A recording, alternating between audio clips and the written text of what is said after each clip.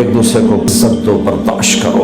میرے نبی نے فرمایا بہترین مسلمان وہ ہے جو بیوی سے اچھا سلوک کرتا ہو، اور بیوی سے فرمایا میری شریعت میں سجدہ ہوتا تو بیوی سے کہتا خامند کو سجدہ کر۔ بہترین صدقہ اولاد کی تربیت ہے۔ پورا گھر میرے نبی نے نقشہ، ہر ایک کی قیمت بتائی۔ ماں تیرے قدموں تلے جنت، کہ کاش میری ماں زندہ ہوتی، تم دیکھتے میں کیا کرتا، میں عشاء کی نماز کے مصلی پر ہوتا، میں سورۃ فاتح پڑھ رہا ہوتا، ادھر سے آواز آتی میری ماں کی محمد، تو میں نماز توڑ کے کہتا لبیک اماں جان۔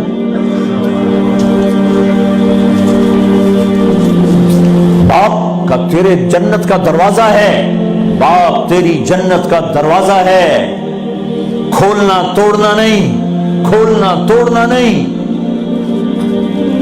توڑ دیا تو جنت میں نہ جا سکو گے۔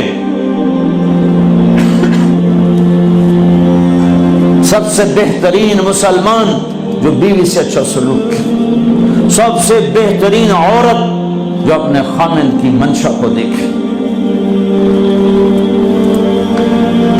پھر آپ نے ایک عجب بات فرمائی جو معاشرے میں بہت بوجھ بنتا ہے جس کا، ہاں بھائی تمہیں ایسا صدقہ بتاؤں جس سے بڑھ کے کوئی صدقہ نہیں، تمہیں ایسا صدقہ بتاؤں جس سے بڑھ کے کوئی صدقہ نہیں۔ ان کا جی کیا؟ کہ الابنۃ المردودہ، جس کی بیٹی کو طلاق ہو گئی یا بیوہ ہو گئی اور گھر واپس آ گئی ماں باپ کے، یا ماں باپ نہیں ہے تو بھائی ہیں، وہ ایک بوجھ بنتی ہے ماں باپ پر بھی، اور بھائی تو ویسے ہی باغی ہو جاتے ہیں۔ میرے نبی نے فرمایا اس بچی پہ خرچ کرنا کائنات کا سب سے افضل صدقہ ہے۔ گھر، ایک گھر کیسے چلتا ہے؟ ہمارے یہاں پنجاب سندھ بلوچستان سرحد میں بہنوں کو وراثت میں کوئی حصہ نہیں ملتا، سب بھائی کھا جاتے ہیں۔ میرے نبی نے فرمایا جس کو اللہ نے 2 بہنیں دیں اس نے ان کا حق ادا کیا، شادی کی حق ادا کیا۔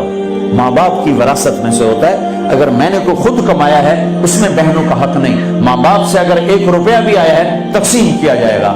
جس نے بہنوں کا حق ادا کیا، شادی کی حق ادا کیا، اس پہ جنت واجب ہو گئی۔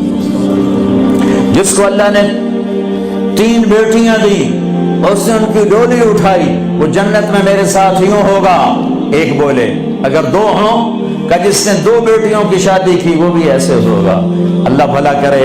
ایک صحابی کا کہ جس کی 1 ہو، کہ جس کی 1 ہے، اگر اس نے اس کو عزت سے رخصت کیا تو وہ بھی میرے ساتھ ایسے ہی ہوگا۔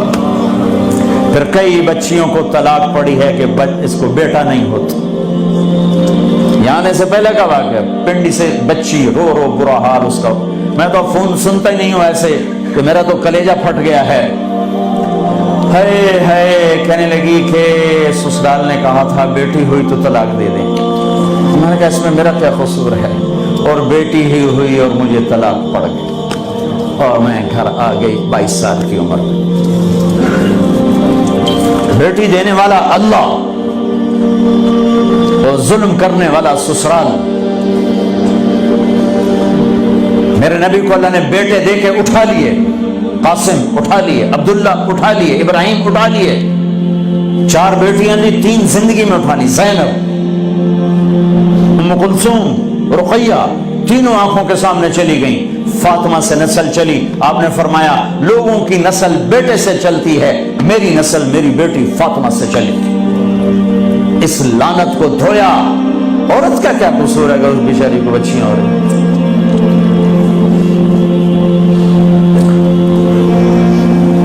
جس نے اپنی بہنوں کو حق ادا کیا، جس نے بیٹیوں کو ڈولے میں بٹھایا، ان کا حق ادا کیا، کہ جنت میں یوں ہو جائے گا۔ بہنوں کو دینا اتنا ضروری ہے، حرام ہو جاتی ہے روٹی۔ میں نے مولانا جمشید صاحب میرے استاد ہیں، میں نے ان سے تفسیر پڑھی۔ میں ایک دن شہد کی بوتل لے کر گیا، پرانی بات ہے 76-77۔ میں نے کہا حضرت یہ ہدیہ ہے۔ فرمایا کہاں سے لائے ہو؟ کہ میرے اپنے باپ ہے۔ فرمایا تیرے باپ نے اپنی بہنوں کو، تیرے باپ نے اپنی بہن یعنی میری پھوپھیوں کو، تیرے باپ نے اپنی بہنوں کو زمین میں سے حصہ دیا تھا؟ یہ سوال کیوں کیا؟ 10 روپے کی شہد کی بوتل تھی اس وقت، کہ اگر دیا تھا تو یہ میں لے لوں گا، اگر نہیں دیا تو پھر یہ حرام ہے، میں نہیں لوں گا، یہ مطلب